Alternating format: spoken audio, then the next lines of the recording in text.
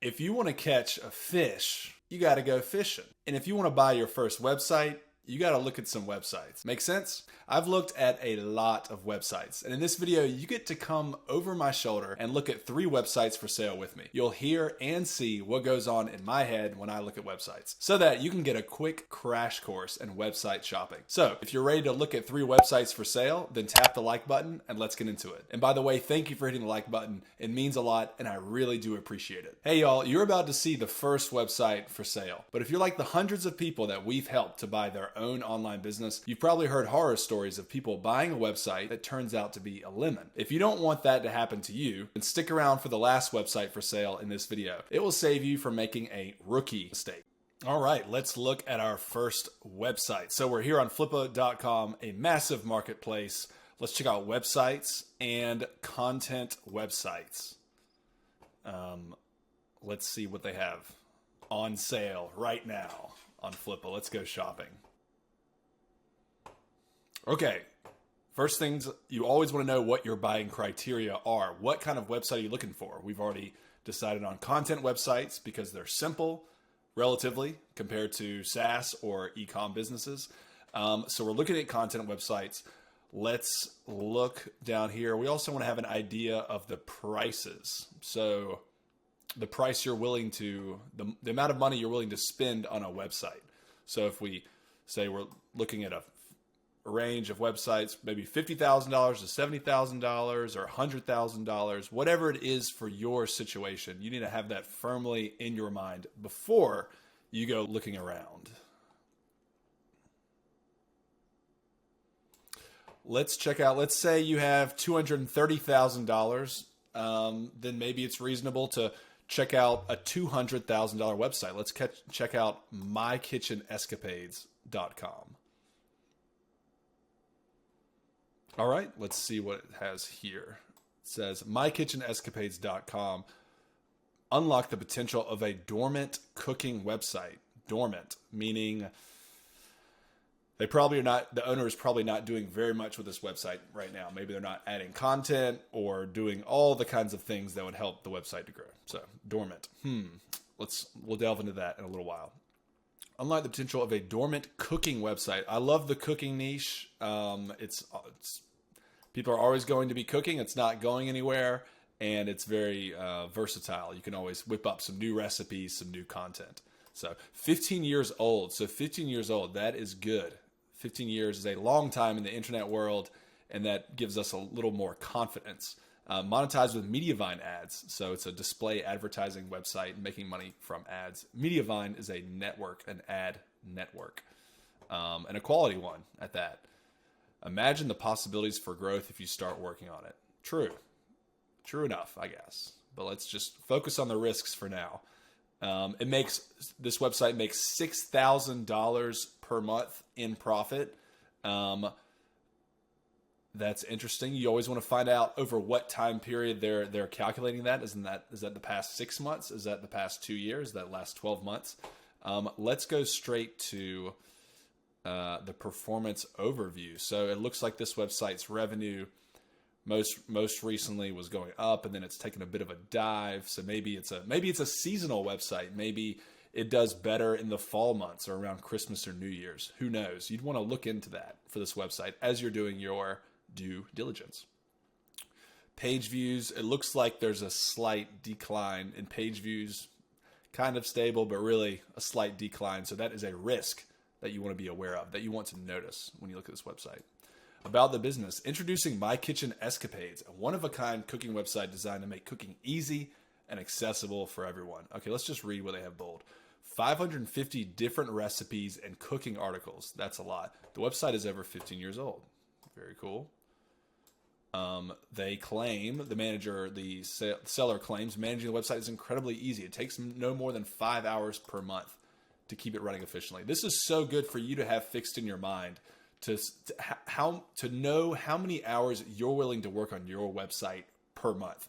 If a website takes 30 hours per month and you're only willing to work 5 or 10 hours per month on your website, then that needs to be, you need to skip over that kind of websites. That's something you need to be aware of. What is the amount of time, the number of hours per month that you're willing to spend on your website? keep that in mind. Let's check out the history of the website. We acquired the website back in 2022, and as we run so many websites, we didn't have time to put too much effort into this. We're not interested in the cooking industry as our company's main focus is on other niches. Recently sold other cooking websites from our portfolio. We are also willing to sign a non-compete clause if needed. That's great, because oftentimes if someone has a bunch of websites and you buy one website from them, it is a risk that they could be a competitor to you. Maybe they have other websites in the same niche, and they would be a competitor. They would know what works. So that's a risk you want to be aware of. However, they're saying they're willing to sign a non-compete clause, which who knows if you could enforce that. I don't know, but it does, I guess, help somewhat. What else do we see?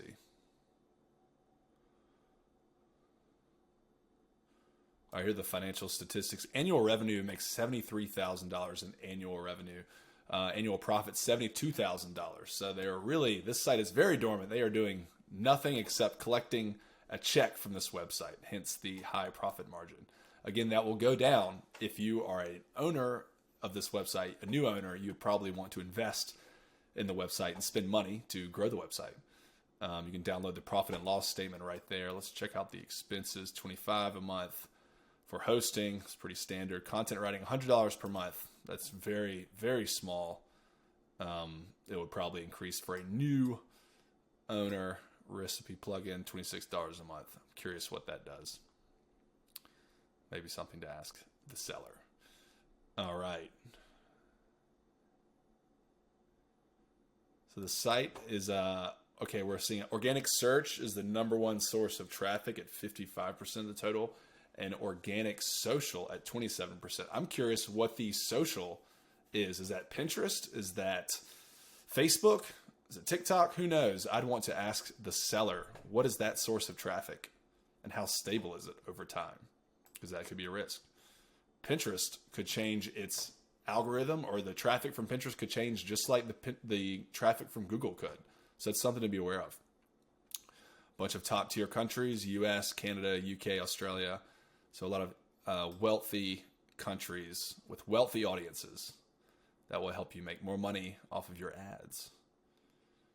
All right, this website makes money from advertising and affiliate sales. So I always like to see, it's always nice to see maybe multiple sources of income, of revenue. That's very nice. All right. Okay, they do have some social. So it's 4,000 Facebook followers, 83. Those are very small. What sticks out to me is the 4,000 Facebook followers. So I would want to check out, what's the Facebook group like for this website? Is it, do they have high engagement in their Facebook group? Are those people raving fans of this website? And then I also noticed 9,000 email subscribers. That's nothing to sneeze at, guys. 9,000 people. If you even made $1 per year off of each email subscriber, that'd be an extra $9,000 per year. So that'd be something I'd want to ask the seller about. Tell me about the email list. What's the engagement rate like? I'd want to look at the emails that those people are getting. Are they being targeted well? Are they being served well? And that could be a place for huge improvement if you were to purchase this website.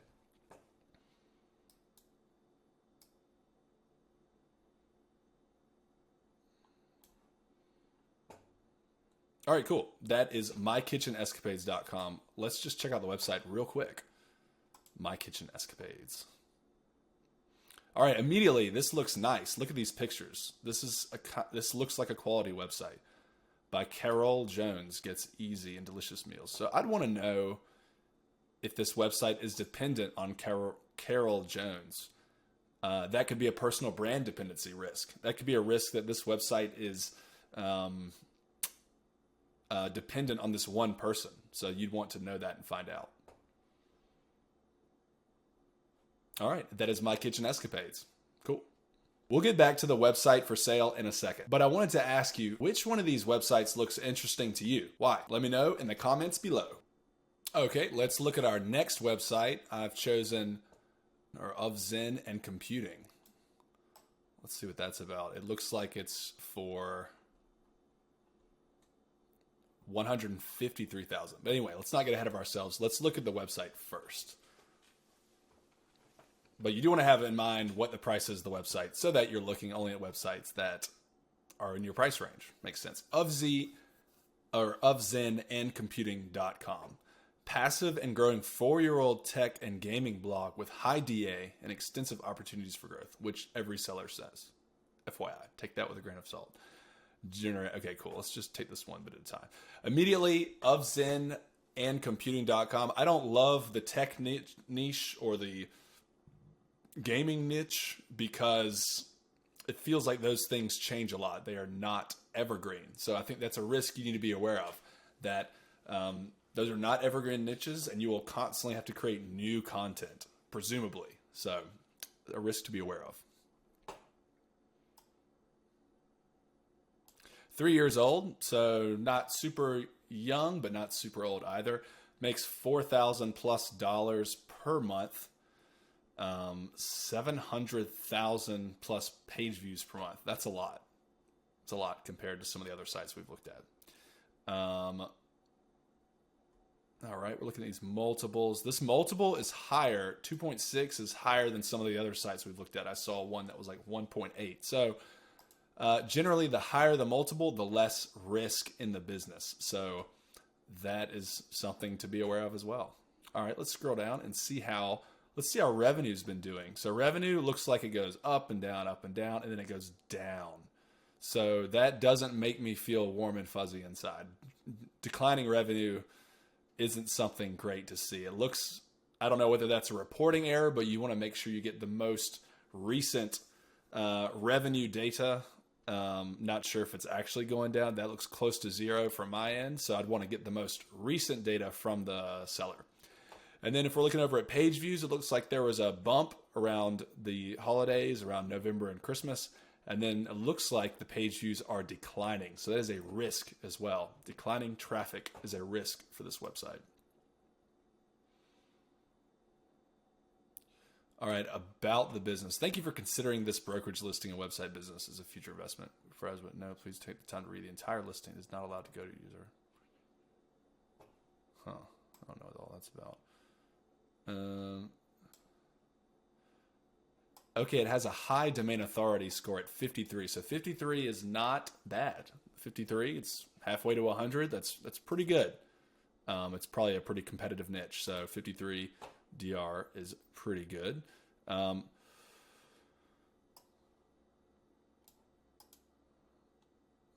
it looks like the site was hit by the Google Helpful Content Update, known as the HCU. That penalty, or that Google change, really crushed a lot of websites out there. So it looks like it also affected this website as well. The traffic now generates about 15,000 users daily, up from 7,000 pre-HCU. At its peak in 22, the site generated a staggering 50 to 60,000 users daily. So the traffic's been kind of up and down. But it was definitely doing better. The site was doing much better in 2022. They claim there's a lack of seasonality, so you would want to look at the Google Analytics yourself and judge whether this website has seasonal traffic or not.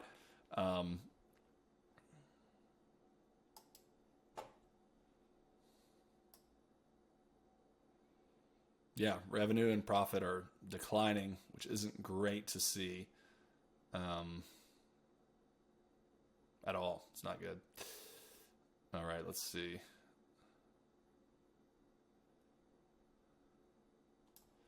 Yeah, 8 million page views. It's a lot. 3 million users. Wow. All right, this site, yep, also has Google as its traffic source. Top countries: France, Russia, Brazil, United States. That's interesting. So to me, that's pretty different than saying those countries, the top countries are USA, UK, Canada. So those are potentially non-English speaking audiences. I don't know. I mean, looks like an English language website. But I'm curious whether you'd be able to engage with that audience in as meaningful of a way through email marketing if they're all non-native English speakers. So that's a potential complication that you'd want to be aware of. Yeah, for me, this site would be a pass. I think the risks of having to create constantly new content around a niche that I don't know anything about, and that's always changing, it seems risky to me. And the site has been declining. So those are some risks to be aware of. All right.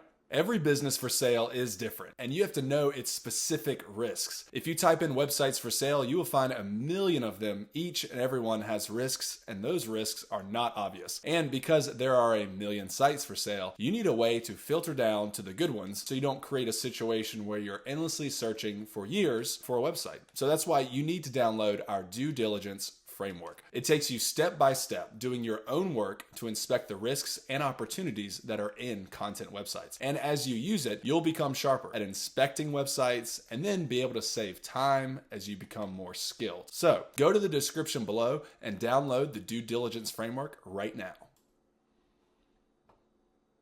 Okay, let's look at one more site. I chose cruisemaven.com. Looks like was for 425,000 USD, and now it's 395 some odd dollars. So let's check out cruisemaven.com. This is fun. This is so fun. All right, I kind of want to see the website real quick. Let's look at the website. So let's open the link in new tab. Let's see what's going on. Cruise Maven. Site immediately looks pretty nice. I'm curious if this is the owner lady. Not sure. Hi, I'm Sherry. Okay, so I'd immediately want to know, does this website depend on Sherry in any way? If it does, then that is a risk. But let's go back to this. All right, Cruise Maven is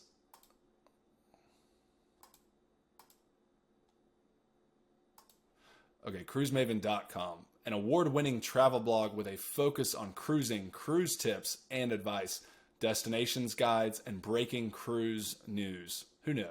Okay, so immediately I want to see, oh, look, this site is 17 years old. That, all things being equal, is a good thing. Longer around, the more stability, so that's good. Monthly profit, $9,000 a month in profit. That's a lot of money for us, for most people. 100,000 plus page views per month. And you notice here, the revenue multiple is 3.4x, or the profit multiple is 3.6x. Some of the other websites we've looked at were in 1 or 2x. So this one is 3x. And that to me indicates that this site has less risk. We can't assume that just off of the multiple, but we would do full due diligence and arrive at our own conclusion. But generally, higher the multiple, the less risk a site has, hence why it's being bid up a little more expensively. Let's see what else we can see. Performance. All right, the site was kind of growing, and then something happened in October. So I would ask the seller, hey, what do you think happened in October that caused revenue to dip?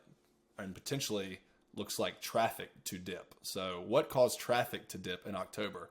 It could be a million things, but my hunch is that it was the Google helpful content update or something to do with Google. But you would need to get your own data and find out for sure. Key highlights. Award-winning cruise-oriented website provides cruise news. Cruise. Cool. All right, they're on Mediavine. Very nice platform.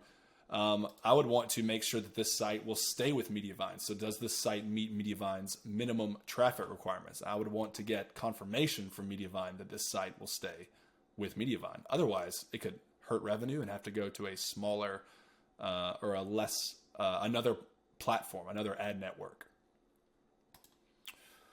All right, you'd want to be aware there's a time commit involved. I'd want to know how many hours this website takes per month. That is something super important for you to know, and something that should be in your buying criteria. How many hours are you willing to spend on this website? You may be invited to press sailings, press and inaugural events. Okay, so that's something to be aware of for this site. Financials. So you want to verify all these financials. Let's see what they're saying. Operating costs for the website are easily under $1,000 per month. We want to get proof of that. We want to get proof of every financial claim that these sellers make. They have written almost every one of the 1,700 plus articles. There are a lot of articles in this website, and this one person has written them. So my question would be, you would want to, I wonder if this person is willing to continue creating content. Is that something you would want to consider as an owner, is to have this person potentially continue creating content or suggest someone to create content? Because if you don't create new content for your site, it could potentially start going down. Who knows? Let's see what's going on. Cool. So this person includes a good bit more about their expenses. This always makes me feel better. The more expenses I see disclosed, it's not that I want there to be more and more expenses. It's that I'm happy that the seller is being honest. And that is nice to see. If you just see one expense or no expenses, I'm very skeptical, and I don't think that's great. Unless they just have only one expense, which could be possible. All right, authority score 35. So we already know that this website has 1,700 plus articles and authority score of 35. So this content may not be the most valuable if we're thinking about all those articles all lead to this authority score of 35. It's not the greatest. It's not terrible, but it's not the greatest.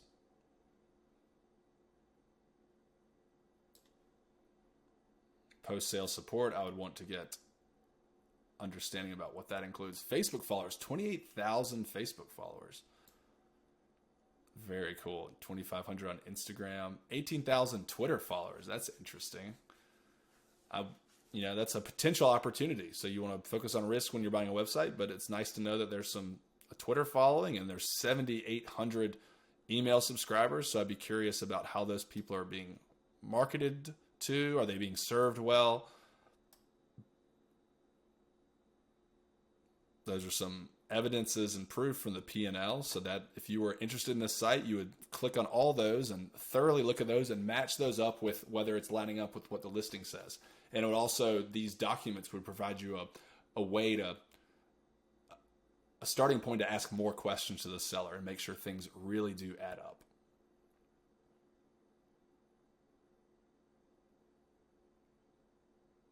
And even here, people are asking questions. And so maybe before you ask a question, you can look down here in the comments and see what questions have already been asked. And that way you're not bothering the seller too much. You want to be very thorough when you ask the seller questions, but there's also, you want to save both of you your time and their time. And people respect that. The more efficient you are in asking all your questions at one time to the seller, the better experience you'll both have. So that's a huge, huge tip for y'all right there.